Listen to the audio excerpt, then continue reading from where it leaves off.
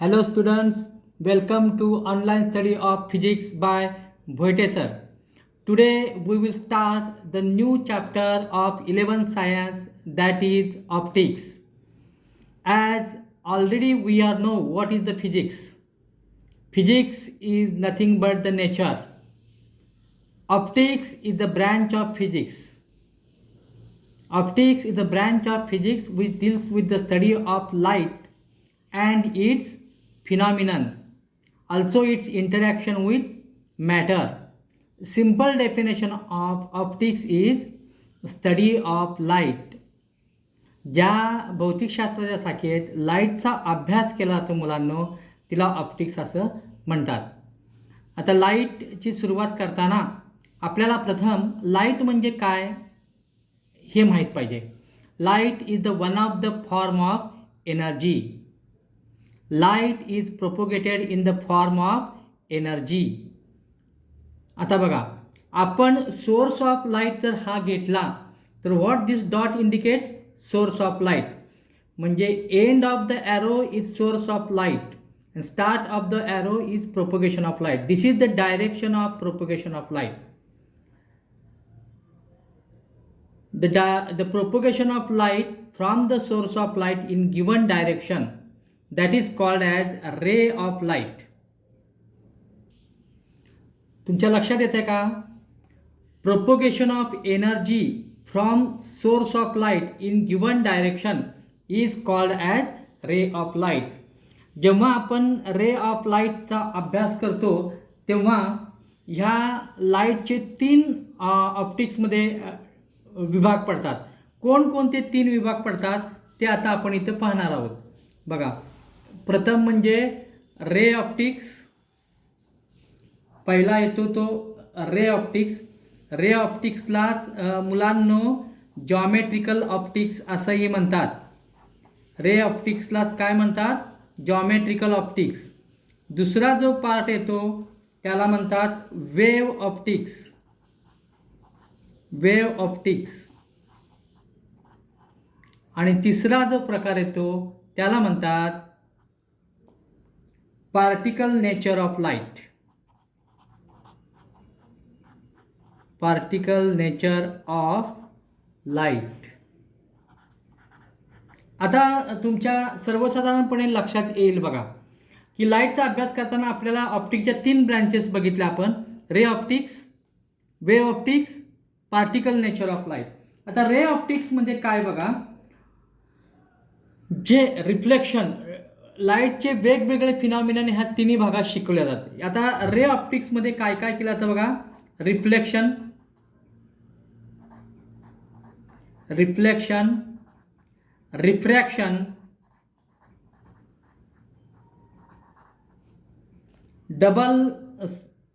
Double reflection, total internal reflection.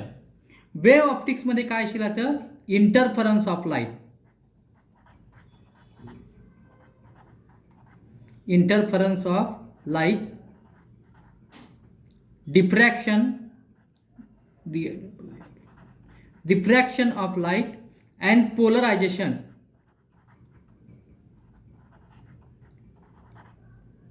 मुलांनो, interference of light, diffraction of light, polarization of light, these are the different phenomenon of the light.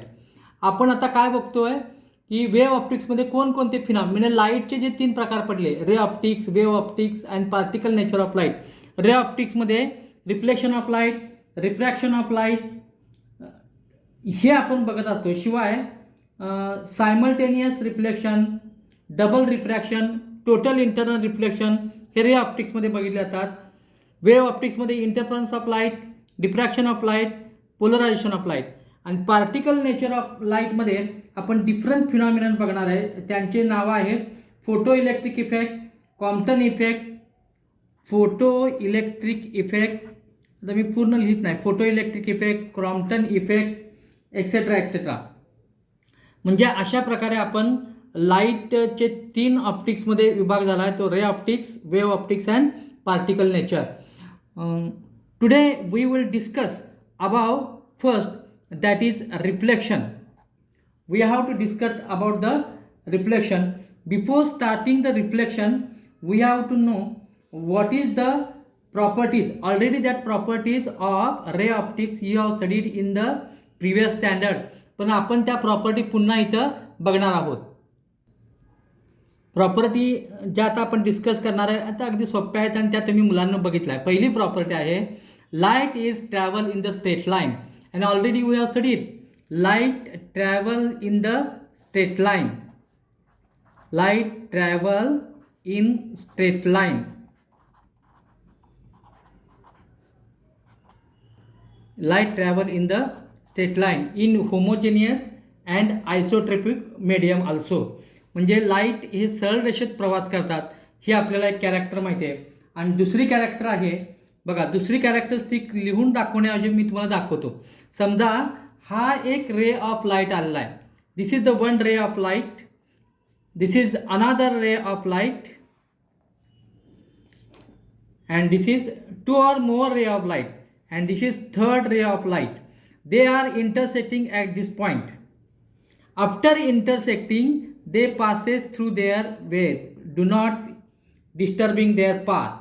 Do not disturbing their waves. म्हणजे काय होतं बघा, जर दोन किंवा दोनापेक्षा अनेक रे एका पॉईंटला इंटरॅक्ट झाले, इंटरसेक्शन झाले, क्रॉस झाले तर ते पुन्हा त्याच्या मार्गाने जातात, एकमेकाचा मार्ग डिस्टर्ब न करता. मुलांनो, पुढे जाण्यापूर्वी आपण काही बेसिक कन्सेप्ट बघणार आहोत. ऑलरेडी हा तुम्हाला माहीत असतीलच, परंतु आपण इथं पुन्हा एकदा बघणार आहोत. Reflection of light. Reflection of light तुम्ही आता ह्या व्याख्येची उजळणी करायची. रिफ्लेक्शन ऑफ लाईट म्हणजे बघा, हा आय-आर म्हणजे incident ray bounced back from the reflecting surface. Bouncing back of incident ray from reflector is called as reflection of light. जर प्रकाश किरण आरशावर पडले तर तिथून ते बाउन्स बॅक होतात. म्हणजे तुम्हाला एक साधं उदाहरण सांगतो. तुम्ही भिंतीवर चेंडू मारलेला असा तर पुन्हा तो तुमच्याकडे परत येतो, याला तर बाउन्सिंग बॅक म्हणतात. तसंच हा आता दाखवला आहे मिरर रिफ्लेक्टिंग सरफेस. हे असं काय दाखवलं आहे बघा, नुसते काच असेल तर तो आरसा होत नाही. आणि तुम्ही बघितलं आहे काचेला मागे पारा ऑरेंज कलरचा लावलेला असतो बघा, घरात जर काच फुटलेला असेल तुमच्या लक्षात येईल. आणि तो असा आहे हा याला मागे काय लावला आहे, पारा लावला आहे ना. हा काय आहे, मिरर. याच्यावर जर रे ऑफ लाईट पडले तर ते काय होतात, बाउन्स बॅक होतात. That is called as reflection of light. Bouncing back of ray of light from the reflector. Mirror is the best reflector. Mirror आरसा हा अतिशय सुंदर रिफ्लेक्टरचं काम करतो. आता रिफ्लेक्शनशी जुडलेल्या काही the connected some definitions with reflection of light we see here. रिफ्लेक्शनशी संलग्नित काही डेफिनेशन्स आपण बघणार आहोत. पहिल्यांदा बघा, हा काय आहे, इन्सिडेंट रे. हा काय आहे, रिफ्लेक्टेड रे. आणि हे यन दाखवलं, ही काय आहे, normal. Normal means what, perpendicular drawn to the surface of mirror. Surface of मिररला जी परपेंडिक्युलर ड्रॉन केली असते तिला काय म्हणतात, नॉर्मल. आता अँगल ऑफ इन्सिडन्स म्हणजे काय बघा, अँगल बिटवीन इन्सिडंट ने ray and normal is called as angle of incidence. Angle between reflected ray and normal is called as angle of reflection. सर्वांच्या लक्षात आलं? रिफ्लेक्शन सर्वांच्या लक्षात आलं का? म्हणजे आपल्याला याच्यावरून काय समजतील, लॉज ऑफ रिफ्लेक्शन आपण बघणार आहोत. Laws of reflection. Laws of reflection विद्यार्थ्यांनो, पहिला लॉ काय बघा, angle of incidence is equal to angle of reflection is the first law of reflection of light. हा तुम्हाला येतोय का? आता क्रम खालीवर होईल, आपण 1 2 3, पण पहिल्यांदा मी तुम्हाला हा सांगितला, angle of incidence is equal to angle of reflection. पहिला कळाला? दुसरा काय आहे बघा, second, incident ray and reflected ray lies on either sides of the normal. नॉर्मलच्या दोन्ही बाजूला असतात. इन्सिडेंट रे इकडे असेल तर नॉर्मल इकडे असेल, सॉरी रिफ्लेक्टेड रे इकडे असेल. रिफ्लेक्टेड रे इकडे असतात तर इन्सिडेंट रे कुठे झाला असता, इकडे.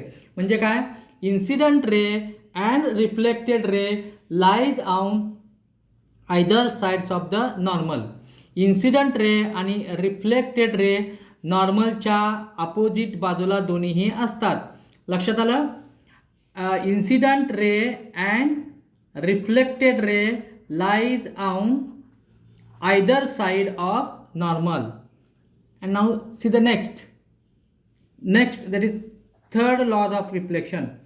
समजा आपण हा इकडे प्लेन घेतला, हा काय आहे वाय ॲक्सिस, आणि हा काय आहे पूर्ण इथपर्यंत, हा काय आहे एक्स ॲक्सिस. मग बघा रिफ्लेक्टेड रे हा कुठल्या प्लेनमध्ये आहे, एक्स वाय प्लेनमध्ये. इन्सिडंट रे सुद्धा कुठल्या प्लेनमध्ये आहे, एक्स वाय, पॉझिटिव्ह एक्स वायमध्ये आहेत बघा हे सगळे. हा सुद्धा कुठल्यामध्ये, नॉर्मल सुद्धा कुठला आहे, एक्स वाय प्लेनमध्ये. म्हणजे ह्याच्या हा सगळे काय, these are the flow planar. Incident ray, reflected ray, normal, angle of incidence, angle of reflection lies in the same plane. Laws of reflection तुम्हाला समजले का? पहिलं काय, angle of incidence is equal to angle of reflection. Second, incident ray and reflected ray lies on either sides of the normal. And third, incident ray, reflected ray, normal, angle of incidence and angle of reflection lies in the same plane. मित्रांनो, आता आपण refraction म्हणजे काय बघणार आहोत बघा. इथे पहिल्यांदा हे डॉटेड लाईन ग्रीन दिसते ना, हे काय आहे, बाउंड्री बिटवीन टू मीडिया. म्हणजे इकडे एअर असेल तर इकडे काय आहे, ग्लास आहे. ही N1 काय आहे, refractive index of this medium, and N2 refractive index of this medium. हे काय आहे, this is the boundary between two media. This is the boundary which separate the two media. मग इथे एअर असेल, इथं वॉटर असेल, इतर एअर असेल, इथं ग्लास असेल, किंवा उलटं सुद्धा इकडे ग्लास असेल, इकडे एअर असेल. हे काय आहे, boundary between two media. Refraction म्हणजे काय बघा, when ray of light passes from one medium to the another medium. This is the first medium. This is the first medium and this is second medium. When the ray of light passes from one medium to the another medium, they deviate their path. तुमच्या लक्षात आहे बघा, हा निळा रंग आहे, हा असा इकडे काय झाला, नॉर्मलकडे झुकलेला आहे.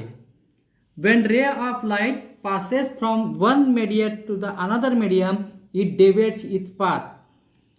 That is called as refraction of light. लक्षात आलं? आता हे θ1 तुमच्या पुस्तकात दिलंय, तो काय आहे, अँगल ऑफ इन्सिडन्स, आणि θ2 हा अँगल ऑफ रिफ्रॅक्शन. मग हे कसं आहे बघा, N1 हा कुठल्या फॉर्म्युल्याने हे दोन्ही जोडलेले आहेत. हा कुठला फॉर्म्युला आहे, N1 sin θ1 is equal to N2 sin θ2. आता प्रथम रिफ्रॅक्शन म्हणजे काय तुमच्या लक्षात आलं का मुलांनो? रिफ्रॅक्शन म्हणजे when ray of light passes from one medium to second medium it deviates its path. कालं हा डेविएट होता, इकडे सरळ जात नाही बघा, हा असा सरळ आला असता का नाही, तो सरळ आलेला नाही, तो काय झाला आहे, असा इकडे झुकलेला आहे. यालाच काय म्हणतात, refraction. And now we see what are the laws of reflection.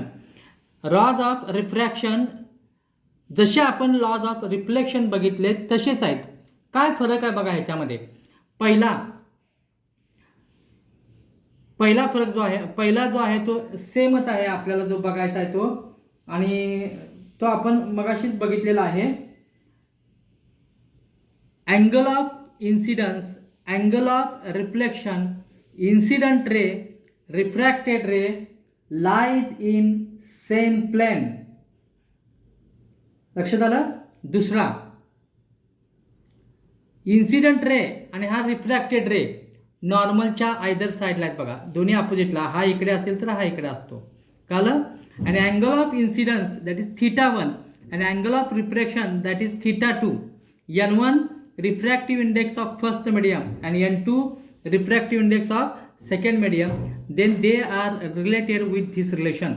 N1 sin θ1 is equal to N2 sin θ2. लक्षात आलं का तुमच्या सर्वांच्या? तुम्हाला याच्यावर ह्या लॉजवर एक्झाम्पल्स आहेत, lodge of रिफ्लेक्शनवर.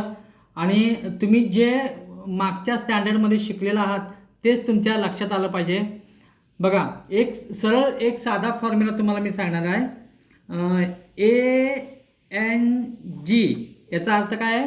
Refractive index of glass with respect to air. पण लिहितात कसं नुसतं NG म्हणजे काय? Refractive index of glass. याचाच अर्थ काय असतोय? VA divided by VG. याचा अर्थ काय? Ratio of velocity of sound in air to velocity of sound in glass. किंवा असं सुद्धा असतं lambda A divided by lambda G. It is the ratio of wavelength of light in air to wavelength of light in glass. म्हणजे असे वेगवेगळे equations तुम्हाला बघायचे आहेत. हे ऑलरेडी तुम्हाला झालेलं आहे, याच्यावर तुम्हाला एक्झाम्पल्स बघायचे आहेत. मित्रांनो, तुम्हाला आज लक्षात आलं का? आपण रिफ्लेक्शनमध्ये काय बघितलं, रिफ्रॅक्शन म्हणजे काय बघितलं, आपण लाईट बघितले. लाईटचे रे ऑप्टिक्स 3 आहेत, म्हणजे ray optics, wave optics and particle nature of light. Laws of reflection आपण बघितलेले आहेत. तुम्ही पुस्तक टेक्स्टबुक बघायचं आहे आणि हे पुन्हा वाचायचं आहे. काय शंका असेल तर मला विचारायचं आहे.